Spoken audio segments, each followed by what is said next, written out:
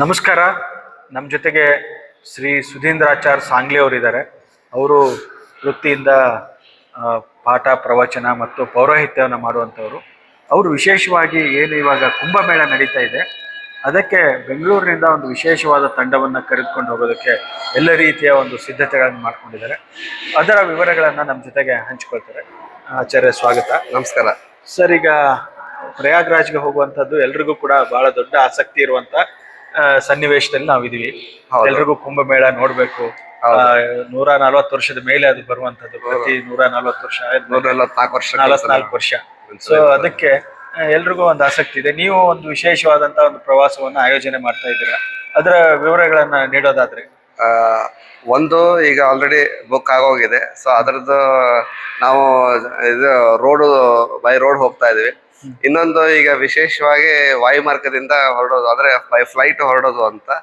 ಅದು ಹೊರಡೋದು 21ನೇ ತಾರೀಕು ಹೊರಡ್ತೇವೆ. 21ನೇ ತಾರೀಕು ಹೊರಟು ಅಲ್ಲಿ ಪ್ರಯಾಗರಾಜ ಸೇರ್ತೀವಿ. ಆಮೇಲೆ ಅಯೋಧ್ಯೆ ಮತ್ತು ಕಾಶಿ ಎರಡನ್ನೂ ಕವರ್ ಮಾಡಿ ಮತ್ತೆ 24ನೇ ತಾರೀಕು, ಅಂದ್ರೆ ಸಾಫ್ಟ್ವೇರ್ದವರಿಗೂ ಅನುಕೂಲ ಆಗಲಿ, ರಜೆಗಳು ಸಾಕ್ತಾ ಇಲ್ಲ. ಕೆಲವೊಬ್ರು ನಾವು ಕೇಳಿದ್ರು, ಸಾಫ್ಟ್ವೇರ್ ಅವರು ರಜೆ ಸಿಗ್ತಾ ಇಲ್ಲ ಸರ್, ನಮಗೋಸ್ಕರ ಏನಾದ್ರು ಮಾಡಿ ಅಂತ ಫೋನ್ ಬಂತು. ಸೊ ಅವಾಗ ಅವ್ರೆಲ್ಲರಿಗೂ ಅನುಕೂಲ ಆಗಲಿ ಅನ್ನೋಕ್ಕೋಸ್ಕರ ಇದನ್ನ ಆರ್ಗನೈಸ್ ಮಾಡಿದ್ದು. ಸೊ ಒಂದು ದಿವಸ ಅವರು ರಜೆ ಅಡ್ಜಸ್ಟ್ಮೆಂಟ್ ಮಾಡ್ಕೊಂಡು, ಅಥವಾ ಹಾಫ್ ಡೇ ಶುಕ್ರವಾರ, ಹಾಫ್ ಡೇ ಸೋಮವಾರ ಈ ತರ ಹಾಕೊಂಡ್ರು ಅಂತಂದ್ರೆ ನಮಗೆಲ್ಲ ವ್ಯವಸ್ಥೆ ಮಾಡಿಕೊಡ್ತೇವೆ. ಸೋಮವಾರ ಏಕಾದಶಿ ಇರುತ್ತೆ. ಸೋಮವಾರ ನಾವು ಇಲ್ಲಿ ಬೆಳಗ್ಗೆ ಅಥವಾ ಮಧ್ಯಾಹ್ನದ ತನಕ ಬಂದು ಬೆಂಗಳೂರು ಸೇರೋ ತರ ಒಂದು ಪ್ಲಾನ್ ಮಾಡಿದ್ದೀವಿ. ಸೊ ಇದು ಪ್ಯಾಕೇಜ್ ಎಲ್ಲ ಹೇಗಿರುತ್ತೆ, ಏನ್ ವ್ಯವಸ್ಥೆಗಳಿರುತ್ತೆ? ಅದೇ ಒಂದು, ಈಗ ನಾವು ಅಲ್ಲಿ ಹತ್ರದಲ್ಲಿ ಯಾವ್ದು ಆಗುತ್ತೆ ಅಲ್ಲಿಗೆ ಏರ್ಪೋರ್ಟಿಗೆ ಹೋಗ್ತೀವಿ.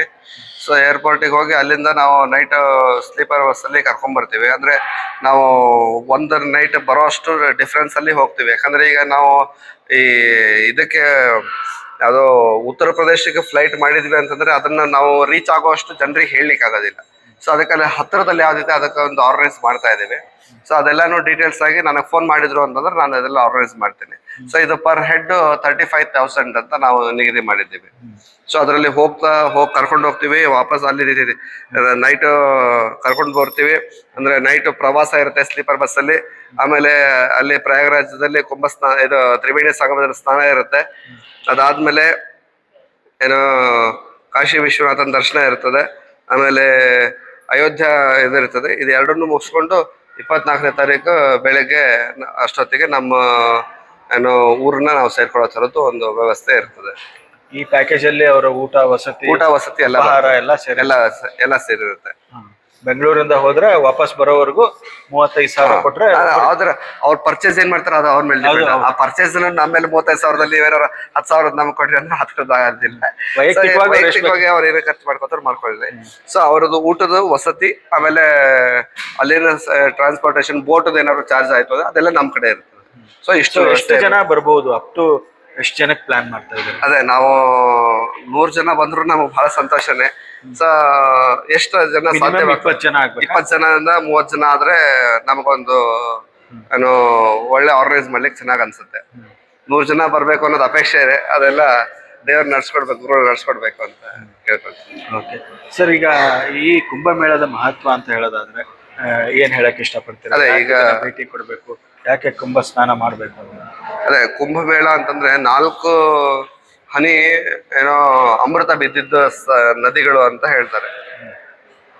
ಆ ನದಿಗಳಲ್ಲಿ ವಿಶೇಷವಾಗಿ ಈ ಪ್ರಯಾಗರಾಜದಲ್ಲಿ ಇದನ್ನ ಮಹಾಕುಂಭ ಅಂತ ಕರಿತೀವಿ. ಮಹಾಕುಂಭ ಅಂತ ಕರೆದಿದ್ದನ್ನ 144 ವರ್ಷಕ್ಕೊಂದ್ಸರಿ, ಅಂದ್ರೆ ಈ ಅರ್ಧ ಕುಂಭ ಅಂತಂದ್ರೆ 3 ವರ್ಷಕ್ಕೂ ಆಗುತ್ತೆ. ಆಮೇಲೆ ಪೂರ್ಣ ಕುಂಭ ಅಂತಂದ್ರೆ 12 ವರ್ಷಕ್ಕೊಂದ್ಸಲಿ ಆಗುತ್ತೆ. ಸೊ ಮಹಾಕುಂಭ ಅಂತಂದ್ರೆ 12 ವರ್ಷದ್ದು ಕುಂಭ ಅಂತಂದ್ರೆ ವರ್ಷ ಆಗತ್ತೆ. ಆಮೇಲೆ ಅರ್ಧ ಕುಂಭ ಆದ್ರೆ 6 ವರ್ಷಕ್ಕೊಂದ್ಸಲಿ ಆಗತ್ತೆ. ಪೂರ್ಣ ಕುಂಭ ಅಂತಂದ್ರೆ 12 ವರ್ಷಕ್ಕೊಂದ್ಸಲಿ ಆಗತ್ತೆ. ಇದು ಮಹಾಕುಂಭ ಯಾಕಂದ್ರೆ 12 × 12 ಅಂದ್ರೆ 144 ವರ್ಷಕ್ಕೊಂದ್ಸಲಿ ಆಗೋದು. ಹೀಗಾಗಿ ಇದು ವಿಶೇಷ ಅಂತ ಹೇಳಿ ಅನ್ಸ್ಕೊಳ್ತಾ ಇರ್ತದೆ. ಆದ್ರಿಂದ ಎಲ್ಲರೂ ಇದಕ್ಕೆ ಬಂದು ಸಹಕಾರವನ್ನ ಕೊಡ್ಬೇಕು ಅಂತ ಹೇಳಿ ಕೇಳ್ಕೊಳ್ತಾ ಇದ್ದೀನಿ. ಇನ್ನ ಕೆಲವೊಬ್ಬರು ಒಂದು ಪ್ರಶ್ನೆ ಇರ್ಬೋದು, ಮಕ್ಕಳು ಬರ್ತಾರೆ, ಮಕ್ಕಳಿಗೆ ಏನು ಅಂತೇಳಿ. ಮಕ್ಕಳಿಗೆ ಆದ್ರೂ ಫುಲ್ಲೇ ಇರ್ತದೆ. ಯಾಕಂತಂದ್ರೆ ಫ್ಲೈಟ್ನವರು 5 ವರ್ಷದ ಮೇಲೆ ಫುಲ್ ತಗೊಳ್ತಾ ಇದ್ದಾರೆ. 5 ವರ್ಷದ ಒಳಗಿನ ಹುಡುಗರು ಅದರದ್ದು ಡೀಟೇಲ್ಸ್ ನಾವು ಹೇಳ್ತೀವಿ ಫೋನ್ ಮಾಡಿದಾಗ. ಸೊ ನಮ್ದು ಏನನ್ನ ಡಿಸ್ಕ್ರಿಪ್ಷನ್ ಅಲ್ಲಿ ಕಾಣ್ತಾ ಇದೆ ಆ ಫೋನ್ಗಳಿಗೆ ಫೋನ್ ಮಾಡಿದ್ರಿ ಅಂತಂದ್ರೆ ನಾವು ಖಂಡಿತವಾಗಿ ನಿಮಗೆ ಎಲ್ಲ ಅರೇಂಜ್ಮೆಂಟ್ಸ್ ಅನ್ನ ಕೊಡ್ತೀವಿ. ಆಮೇಲೆ ನಮ್ದು QR ಕೋಡ್ ಇದೆ, ಆ QR ಕೋಡ್ ಅಲ್ಲಿ ಎಲ್ಲ ಪೇಮೆಂಟ್ಸ್ ಮೆಥಡ್ ಅನ್ನ ಮಾಡಬೇಕು. ಇದನ್ನಲ್ಲಿ ವಾಪಸ್ ಕೊಡುವಂತ ಮೆಥಡ್ ಯಾವುದೂ ಇರೋದಿಲ್ಲ. ಸೊ ಪೂರ್ಣವಾಗಿ 100% ನಾನ್ ರಿಫಂಡಬಲ್ ಇರ್ತದೆ. ಸೊ ಯಾಕಂದ್ರೆ ಅದು ಫ್ಲೈಟ್ ಎಲ್ಲ ನಾವು ಬುಕ್ ಮಾಡಿಬಿಟ್ಟಿರ್ತೀವಿ. ಸೊ ಅದಕ್ಕೋಸ್ಕರ ಅದೆಲ್ಲ ಮಾಡೋಣ. ಈ ಕುಂಭಮೇಳದಲ್ಲಿ ಸಾಕಷ್ಟು ಜನ ಬರ್ತಾ ಇದ್ದಾರೆ. ಅಲ್ಲಿ 21ನೇ ತಾರೀಕು ಹೋಗೋದಿದ್ರೆ ಎಷ್ಟರೊಳಗೆ ಕನ್ಫರ್ಮ್ ಮಾಡಬೇಕು, ಎಷ್ಟರೊಳಗೆ ಪೇಮೆಂಟ್ ಮಾಡಬೇಕು? ಅದೇ ಇದು ಫುಲ್ ಪೇಮೆಂಟ್ ನಾನು 35,000 ಹೇಳಿದೆ, ಫುಲ್ ಪೇಮೆಂಟೇ ಮಾಡಬೇಕು. ಫುಲ್ ಪೇಮೆಂಟ್ ಮಾಡೋದನ್ನ 7ನೇ ತಾರೀಕು ಒಳಗೆ ಫುಲ್ ಪೇಮೆಂಟ್ ಮಾಡಬೇಕು. ಅಥವಾ ಒಂದೇ ದಿವಸ ಆ ಕಡೆ ಆದ್ರೆ ಪರವಾಗಿಲ್ಲ, ಯಾಕಂದ್ರೆ ಅದು ಫ್ಲೈಟ್ದು ಚಾರ್ಜ್ಗಳು ವ್ಯತ್ಯಾಸಗಳು ಆಗ್ತಾ ಇರ್ತದೆ.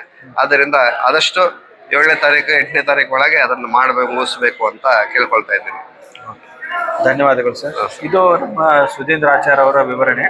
21ನೇ ತಾರೀಕು ಬೆಂಗಳೂರಿಂದ ವಿಶೇಷವಾದ ವಿಮಾನದಲ್ಲಿ ಪ್ರಯಾಗ್ರಾಜ್ಗೆ ಕುಂಭಮೇಳಕ್ಕೆ ಜನರನ್ನ ಕರ್ಕೊಂಡು ಹೋಗ್ತಾ ಇದ್ದಾರೆ. ಒಂದು 100 ಜನರವರೆಗೂ ಬಂದರೂ ಕೂಡ ವ್ಯವಸ್ಥೆ ಮಾಡುವಷ್ಟು ಎಲ್ಲ ವ್ಯವಸ್ಥೆಗಳನ್ನು ಪೂರ್ವ ಸಿದ್ಧತೆಯನ್ನು ಅವ್ರು ಮಾಡ್ಕೊಂಡಿದ್ದಾರೆ. ಅದಕ್ಕೆ 35,000 ರೂಪಾಯಿ ಚಾರ್ಜ್ ಆಗುತ್ತೆ ಪರ್ ಹೆಡ್ ಪ್ರತಿಯೊಬ್ಬರಿಗೂ. ಎಲ್ಲ ಭದ್ರತೆಯನ್ನು ಸೂಕ್ತ ವ್ಯವಸ್ಥೆಯನ್ನು ಮಾಡಿದ್ದಾರೆ. ಅದ್ರ ಜೊತೆಗೆ ಕಾಶಿ ಮತ್ತು ಅಯೋಧ್ಯೆಯ ಪ್ರವಾಸ ಕೂಡ ಇರುತ್ತೆ. ತ್ರಿವೇಣಿ ಸಂಗಮದಲ್ಲಿ ಸ್ನಾನಕ್ಕೂ ಕೂಡ ವ್ಯವಸ್ಥೆಯನ್ನು ಮಾಡಿದ್ದಾರೆ. ಎಲ್ಲವರನ್ನು ಸುರಕ್ಷಿತವಾಗಿ ಕರೆದುಕೊಂಡು ಹೋಗಿ ಬರುವಂತಹ ವ್ಯವಸ್ಥೆಯನ್ನ ಸುಧೀಂದ್ರಾಚಾರ್ಯ ಅವರು ವಹಿಸ್ಕೊಂಡಿದ್ದಾರೆ. ಯಾರು ಬೇಕಾದರೂ ಅವ್ರನ್ನ ದೂರವಾಣಿ ಮೂಲಕ ಸಂಪರ್ಕ ಮಾಡಿದರೆ ಹೆಚ್ಚಿನ ವಿವರಗಳು ಕೂಡ ಸಿಗುತ್ತೆ. QR ಕೋಡ್ ಇದೆ, ಅದ್ರ ಮೂಲಕ ನೀವು ಪೇಮೆಂಟು ಮಾಡ್ಬೋದು. ಆದಷ್ಟು ಹೆಚ್ಚಿನ ಜನ ಈ ಒಂದು ಪ್ರವಾಸದಲ್ಲಿ ಪಾಲ್ಗೊಂಡ್ರೆ ಸುರಕ್ಷಿತವಾಗಿ ಹೋಗಿ ಈ 144 ವರ್ಷಗಳಿಗೊಮ್ಮೆ ನಡೆಯುವಂಥ ಮಹಾಕುಂಭ ಮೇಳದ ಒಂದು ದರ್ಶನವನ್ನ, ಒಂದು ಭೇಟಿ ನೀಡುವಂಥ ಸೌಭಾಗ್ಯವನ್ನು ಎಲ್ಲರೂ ಕೂಡ ಪಡಿಬೋದು ಅಂತ ಹೇಳ್ತಾ ನನ್ನ ಮಾತನ್ನು ಮುಗಿಸ್ತಾ ಇದ್ದೀನಿ. ಧನ್ಯವಾದಗಳು.